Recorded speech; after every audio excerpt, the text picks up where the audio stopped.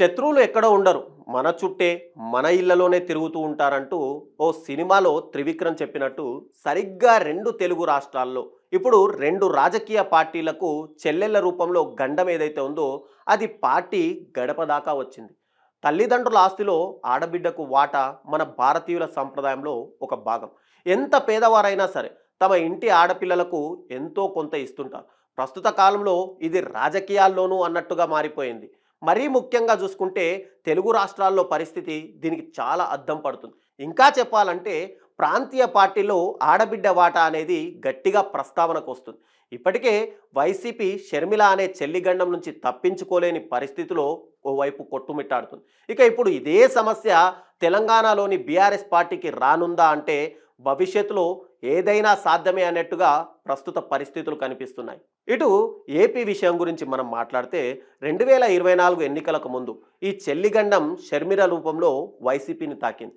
తుఫాన్ తీరం దాటాక దాని తాలూకు విధ్వంసం తీర ప్రాంతాల్లో ఎంతటి ప్రభావాన్ని చూపుతుందో అదే మాదిరిగా షర్మిల ఏపీ రాజకీయాల్లోకి వచ్చాక వైసీపీ అంతటి ప్రళయాన్ని చూసిందనే చెప్పాలి. షర్మిల నోటి నుంచి ఎప్పుడు ఏ ప్రకటన వస్తుందో అది వైసీపీని ఏ మేరకు ముంచేస్తుందో అన్న భయం అటు పార్టీ అధినేతగా వైఎస్ జగన్ నుంచి ఇటు పార్టీ క్యాడర్ వరకు అందరిలోనూ హడలు పుట్టించింది. ఒక రకంగా షర్మిల రాజకీయ ప్రకటనలను వైసీపీ కౌంటర్ కూడా వేయలేని దీనస్థితికి వచ్చేసిందంటే అతిశయోక్తి కాదేమో అని చెప్పాలి.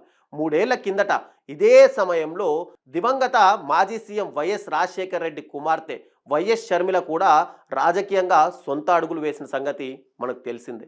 అన్న వైఎస్ జగన్ అధికారంలో ఉండగా అప్పట్లో ఆమె సొంత రాష్ట్రం వదిలిపెట్టి అంటే ఏపీని వదిలి తెలంగాణలో పార్టీ పెట్టడం కలకలం రేపింది. ఆ తర్వాత తెలంగాణ ఎన్నికలకు దూరంగా ఉండడం, పార్టీని కాంగ్రెస్లో విలీనం చేయడం, ఇతర విషయాలు అన్నీ చూసుకుంటే రాజకీయ ప్రాధాన్యం విషయంలోనూ ఆర్థిక వివాదాలతోనూ షర్మిల తన అన్న జగన్ను విభేదించి సొంత పార్టీ పెట్టుకున్నారు. ఏపీకి తిరిగి వెళ్ళి అన్న ఓటమికి ఇక్కడ పరోక్షంగా కారణం కూడా అయ్యారు. ఇక నేడు కేసీఆర్ కుమార్తె బీఆర్ఎస్ ఎమ్మెల్యే కవిత తన తండ్రికి రాసిన లేఖాస్త్రం తెలంగాణ రాజకీయాల్లో పెను సంచలనంగా మారింది. కవిత లేఖ అటు ప్రత్యర్థి పార్టీలైనటువంటి కాంగ్రెస్ బీజేపీలకు ఒక ఆయుధంతో కనిపిస్తుంటే ఇటు బీఆర్ఎస్కు మాత్రం అదొక అణుబాంబులా తోస్తుంది. ఇప్పటి వరకు కవిత లేఖ మీద బీఆర్ఎస్ పార్టీ నోరు మెదపలేని దుస్థితిలో ఉంది. కనీసం మీడియా అడిగిన ప్రశ్నలకు కూడా తలెత్తి సమాధానం చెప్పుకోలేని గడ్డు పరిస్థితిని ఇక్కడ బీఆర్ఎస్ ఎదుర్కొంటుంది.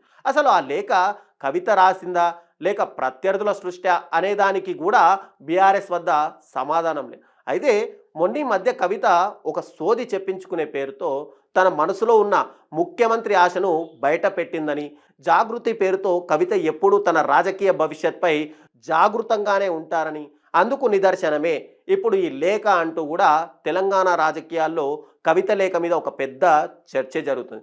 ఇక ఏపీలో వైసీపీ ఫ్యాన్కు షర్మిల స్పీడ్ బ్రేకర్గా నిలిస్తే ఇప్పుడు బీఆర్ఎస్ కారుకు కవిత బ్రేకర్లా మారుతున్నారా అనేది కూడా మరికొద్ది రోజుల్లోనే తేలిపోతుంది. అయితే అటు వైసీపీ ఇటు బీఆర్ఎస్ రెండు పార్టీలలో కూడా అన్నళ్లకు చెల్లెళ్ల రూపంలో రాజకీయ గండం మాత్రం తప్పదేమో అంటున్నారు విశ్లేషకులు కూడా. పార్టీలో సమస్థాయులను వారు కోరుకుంటున్నారని, ఇంకా ముందుకెళ్ళి ప్రత్యామ్నాయంపై కూడా ఆలోచన చేస్తున్నారని తెలుస్తుంది. ఇక మద్యం కేసులో అరెస్ట్ అయిన కవిత గత ఏడాది ఇదే సమయంలో ఢిల్లీ తీహార్ జైల్లో ఉన్న సంగతి మనందరికీ తెలిసిందే. తన రాజకీయ భవిష్యత్తును దెబ్బకొట్టిన బీజేపీపై ఆమె మహాగుర్రుగా ఉన్నారు. ఈ నేపథ్యంలోనే తండ్రికి 6 పేజీల సుదీర్ఘ లేఖ రాయడం కూడా కలకలం రేపుతుంది. బీఆర్ఎస్లో తాడో పేడో తేల్చుకునే ఉద్దేశంలో కూడా ఆమె ఉన్నట్టు సమాచారం. అసలు కవిత ఉద్దేశం ఏమిటో బయటపడాలి. ఏదైనా సరే సోదరుడు కేటీఆర్, బావ హరీష్ రావుతో సమానంగా ఆమె బీఆర్ఎస్లో స్థాయిని కోరుకుంటున్నట్టు, పార్టీ విధానాలతో ఏకీభవించినట్లు లేరని కూడా మనం అర్థం చేసుకోవచ్చు. ఏది ఏమైనా కూడా రెండు తెలుగు రాష్ట్రాలలో ఈ రెండు రాజకీయ పార్టీలకు ఇద్దరు అన్నలకు కూడా చెల్లెళ్ళ గండం ఉంది అన్నట్టుగా మాత్రం ఖచ్చితంగా చెప్పవచ్చు.